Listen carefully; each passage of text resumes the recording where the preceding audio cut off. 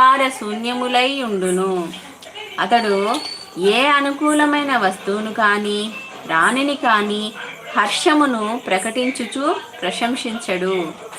ఇక్కడ చాలా చక్కగా ఉంది. నా అభినందతి అనగానేమి అంటే స్వామి చెప్పిన సమాధానము, పైన తెలుపబడిన శుభాశుభ వస్తువులలో శుభమైన లేక అనుకూలమైన ఏ వస్తువుతో సంయోగం కలిగినను సామాన్య మానవుల అంతఃకరణల యందు మిక్కిలి సంతోషం కలుగును.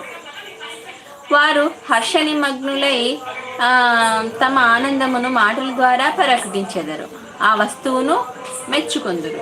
కానీ స్థిరబుద్ధి గల యోగికి అత్యంతం అనుకూలమైన వస్తువులతో సంయోగం ఏర్పడినను అతని అంతఃకరణము లేశమాత్రము హర్ష వికారము కలగదు.